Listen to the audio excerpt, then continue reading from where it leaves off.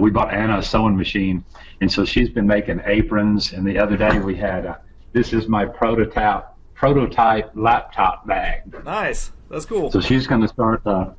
Yeah, I love it, man. That thing is awesome. But she, I just give her an idea, and she measured out my laptop, and so she made me a little prototype, and we made some changes on it. And so this year we're going to start making. We're already making aprons that have, my logo on it, or if you want to pay, you can have your own company's logo put on it. But it's the old burlap sacks, yeah, that's what that it we looked used like. to ship coffee in. This is kind of a lower grade video, but I thought that looked like the burlap, and maybe she could put some of the chicken feathers down there for some padding. It'd be perfect. Yeah, but she took our logo and just made a little laptop bag. Yeah. And she buys blue jeans at the market in the street, and she found some 4X blue jeans that hadn't been sold. She'd watched them for a couple of weeks, and the guy hadn't sold them, and she said, I'll give you $6 for the whole bag. Wow. And so she bought brand new blue jeans, and so her little daughter is like 5 or 7, something like that. And she cuts the strips of blue jeans out, and mom sews them, and so now she makes $15 every time we sell an apron. Wow. We sell aprons for like $20, and then the $5 covers I have to ship them to the customer, and she that's life changing. And she said she's completely debt free. She doesn't owe anybody anything, and at this point her farm, which is a half an acre, is completely planted in coffee. And she has the means to dry her coffee. She comes here and removes the cherry, and then we take it back to her house, and she can dry it, and she borrows the grain testers, and when it's ready, I'll come get it and put it in my bodega here and store it for her until it's time to hand select it. And so Monday we start hand selecting her coffee that'll be sent to the United States. And the idea is we started an NGO or a nonprofit, and so in a couple months that'll be up and running, and we're hoping that all the workers that work for us that have land, all their farms are completely planted now, and they're on the same fertilizing plan that we are. And so this time next year there'll be 4 people that work for us that'll have coffee that'll be sent to the United States. And you just can't buy coffee from a poor farmer. We all want to do Juan Valdez and his burro, but in the reality of it, if you want to export coffee, the people who are exporting coffee have a minimum of $100,000 investment. Wow. Just the patios, the machines, and all that, all that. And there's a few exceptions to that rule. But if you're an exporter, you've got a big investment, and you've got some money already. And so our idea and our goal is to help these little guys who are selling their coffee for literally $14.88 for a 100-pound bag of cherry. Wow. That is what they sell their coffee for. That's what the coyotes pay here. Wow. And I'm not going to say who the coyotes are, because you would recognize every single name that I called off the list as being a farmer-owned co-op that we know in the United States. Some of these farmer-owned co-ops are 200 and 300 people strong, and so at that point, yeah, you can export coffee. But the little guys like Anna, she just recently found out that, these big co-ops are coming in and buying her coffee, and so her coffee's been exported to the United States for years, but she's gotten zero benefit from that. Really? Yeah. See, but you think of a farmer's co-op, you think of that being a great benefit to the small farmers like that, but for the really small farm, it's not beneficial then. No, these farmer co-ops are sending trucks out every day, and they're buying coffee off the side of the road. And technically, she got a little bit better rate. She got 50 cents a pound more. No, 50 cents a bag, 100-pound bag. She got 50 cents more than what they would have paid if she wasn't a member of that co-op. Wow. So she normally would have paid. In the conversion, it's 260 is what she would have gotten paid if 270 lempira is what she would have gotten paid outside the co-op, and she got 280 lempira for the 100-pound bag of coffee and cherry. So about how much money? About how much like USD is that? Well, that would be $14.88 is what it would work out. 270 lempiras works out to. Wow. And so they're literally less than $15 a bag. Wow. And the coyote usually makes $1 a bag for going out and buying it. Mm-hmm. And so then they can get about 40 bags on their truck, and so they'll make 10, 15, 20 loads a day. And so just by the fact that you own a vehicle, you've got a means of income there. And sure. So that's one of the things we're hoping. We're starting a little co-op here. We've got about 11 people in it. But the idea was that 1 year, within the next couple of years, we'll be able to send a container of coffee, of the little guy's coffee. The people that would never, ever be able to export coffee to the United States. Because these people can't even bring it to town. It costs $1 to ride the bus to town. And so these coyotes will pay 50 cents a bag more to buy it on the side of the road. So this farmer is going to have to pay $1 just to take it to town. He has to pay $1 on the bus for every bag of coffee. And so, it's a better deal for them. And so these guys are saying, we're paying more and they're making more selling to us than anybody else. That is true. But it's also true that it's 50 cents more. Yeah. And so to be able to, so we've got what we call a portable depulper. And and it'll bounce from farm to farm this next year. And each one of our workers will get to use it to depulp their coffee. And then we take it to the next guy's farm. And so we've wired in a breaker that'll run that machine in each one of them's house. And so they can literally plug it in, depulp their coffee. So that's what we're hoping for. Cool. One of the questions you asked was, what is our specialty? I think my specialty is, I like the saying, give a man a fish, he'll eat for a day. I think, that may have not been the exact question that you asked, but that's what popped in my mind when you. No, that's all right. My specialty is helping somebody that's willing to help themselves. And we're not giving a handout, we're giving a hand. And so we're going to teach that guy to fish. But if you know how to use that computer, that's really important, because that is sustainable, right? Teaching somebody to run a profitable business, giving the woman the means to raise her own farm, raise her own chickens, raise her own herd. That is a sustainable method. Whereas just giving them something, just giving them a pulper, that's not necessarily sustainable, because they're still relying on you to sustain them. So giving somebody the means to sustain themselves, that's a great ministry. Well, we're going to try to give them the fishing rod, as well as teaching them to fish.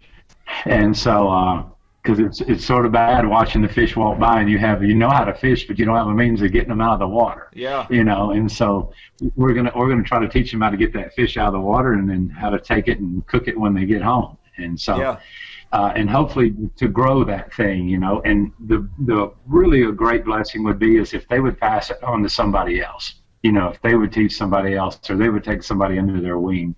And so we're working on a program that would help them do that, some kind of funds that would help them, help their neighbor, with that same process. And one of the questions you asked was about the coffee cherry tea. Yeah, what is that? I've never seen that. I've always wondered, like, what do you do with the meat of the cherry once the seed is taken out? And I think you're the first person I've ever seen that offers coffee cherry tea. So, what does that taste like? Is that good? Well, normally, last year we were certified organic. This year we made the decision not to. It wasn't worth the investment, and to keep that seal up. It was it's a lot of money to do it, and it's every time they decide to come and inspect you, it is a ton of money. But what we normally do is we dump that, we call it pulpa, but it's the actual cherry that's taken from ripped off from the coffee bean. And we use that as an organic, we mix that with chicken poop, we mix it with bananas, which are good in potassium, a lot of good organic, anything organic we can put in that pit. The husk off the coffee, and all that gets mixed together, turned up, and then we come back and put 5 pounds of that on the plant. Okay, so you're composting that and using that as a fertilizer? Yeah, except for we're doing like 300,000 pounds of it. Wow. And so it's a big compost pile. Yeah, the pile got so big. But so this year we tried, or last year we tried, we heard about some of the farmers, and in Europe, the te cascarilla. It was actually the husk off the coffee bean. It makes a real light tea. I tried it and hated it, but it's I like more strong flavors. I don't want to have to figure out what that flavor is. I want it to more come up and tell me what it is. Sure. And we saw a guy that was doing the coffee tea. He called it coffee tea. And after we dry the coffee, or after we depulp that coffee, when we're drying the coffee, if we have room on the patio, we'll throw the pulp out there with it and dry that cherry. And we ferment it for a day, just like we do the coffee, and then we sit it out there and dry it until it's just crispy and makes a good crunchy sound. And we've got some little things here where we did a cupping the other day. And so those are my little cupping notes for how long we steep and the portions. And so we're selling the tea. I want to be able to tell you how to brew it. So my favorite one came up was 8 grams of coffee, 225 grams of water. And I steeped it for 6 minutes in my French press. I stirred it twice during that 6 minutes, and it's really fruity. This one, the steeping it longer seemed like it gave it a real dry taste, and I like the dry taste or dry mouthfeel. And so that's my favorite little portion. That mix is my favorite mix. And then this week we're going to work with larger portions, if you're doing a group of people. So what does that taste like? Does it taste like, we say coffee cherry, so obviously your mind, goes to like, the little red cherry, but, does it taste like cherries? Does it taste like Earl Grey tea? Or, does it taste like the coffee that it comes from? What does that even taste like? It doesn't it has nothing similar to the coffee, but I've been researching it because one of the customers that buys a fair amount asked me how much caffeine or does it have any caffeine. And so the studies that I've found is it does have the bean gets its caffeine from that cherry or some of it, and so anywhere from 20 to 30% of the caffeine that a cup of coffee would have. But it has a more of a grape-like taste, and it's got some fruity flavors that are undistinguishable fruity flavors. But it's a really nice. So it was very surprising. It's a nice little fruity cup of tea, and I enjoy drinking it sometimes. I'll have to try that. It seems like the longer you, I'll get you a package on the way as soon as I can. But we have a mother-in-law that mails stuff out from the States. And so everything that we sell, she bags it up the next day and sends it out. So Monday we'll have you some tea on the way and let you try it and see what you think of it. Well, I'll try it. I'll review it and put it on my website. Awesome. Well, you were asking what varieties were my favorite and things like that. Yeah. I planted a Yokatui because it has a nice fruity flavor and a citrus sort of flavor. And I like that was a good combination for me. But there's a new coffee that we didn't come out with. It came into production last year. This year we've got a couple bags of it, and it's called Icatu. It's Icatu. Icatu is the variety of coffee, and we've been doing that a red honey process, and so I enjoy the flavor of that coffee. Yeah, and so that's what I'm drinking. I've had a couple of honey processed coffees myself, and I just love those. Those are just really different, and I really enjoy those coffees. So that's cool that you're producing honey processed coffee. We're doing probably 80% this year of the red honey. We had a customer 2 years ago. He ordered 12 bags, and so that was my biggest single customer. And so I walked in the last year. Right? Yeah, 1,250-pound bags. Wow. And I said, Julia, this year I'm going to sell them 20 bags. That's my goal. I'm selling 20 bags. And so right off the bat, he said, well, it's too late to have a business meeting. Let's go eat supper. And so we get in the restaurant. He said, well, I'm sort of thinking more like 50 bags this year. Like, most of the time you would think that was awesome if you had 50 bags. Yeah, exactly. Bob, I don't have 50 bags of coffee. And so we got him the like 28 bags that we had, and he bought some wash, and so we got him a total of 40 bags of coffee, and which was a blessing for us, you know. Yeah. And then he gave us a bunch of free T-shirts. But this year I said, you know, we got to make sure that we have those 50 bags. And of course, you know he's going to change the order to 80. Yeah. And so now he's on 80 bags. But the weather was a blessing this year. We process the coffee according to the weather. If the weather's bad, we have to wash it. Washed coffee dries real fast, and it doesn't over ferment. Honey process, the reason it's a lot more expensive is the first year we tried it, we dumped out 2,600 pounds into the organic pit because it went bad on us. And wow. There's nothing you can do. Once the coffee goes bad, it's just bad. And so if the weather's not just ideal weather conditions, then we don't try for the honey process. Wow. The natural is a little more forgiving because it's in that cherry, and so it could get rained on one day, because here in the mountains, a rainstorm will come up on you in a couple of hours, and you've got 15,000 pounds of coffee on the patio. It takes a few minutes to get that off. Yeah. And wow.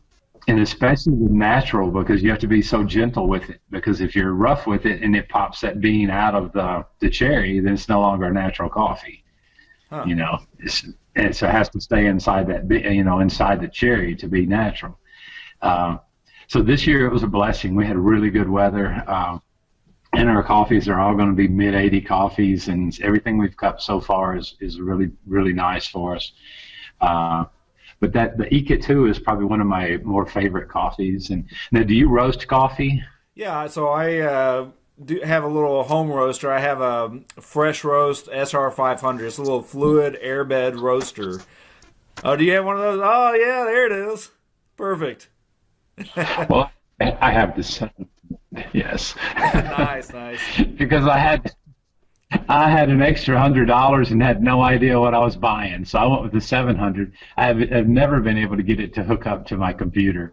Yeah. I've had 3 different laptops and I can't get it to do the profile. But it is a fun little roaster. It is. And we had somebody borrow it. Pretty consistent roast, and for me, it was a good introduction to roasting my own coffee. Well, I used it about 10 or 15 times, and one of the farmers said, "Oh, I need to use that for a cupping," and so I loaned it to him. That was 2 years ago. I just now got it back, and I didn't get the boxed instructions or the little disc that came with it or the cable. He couldn't find any of that, but I got it back. I'm going to start letting the ladies here that do our selecting. We're going to start letting them roast a little bit on it and just see if anybody has an aptitude for roasting, and sort of hopefully move somebody up in the ranks. And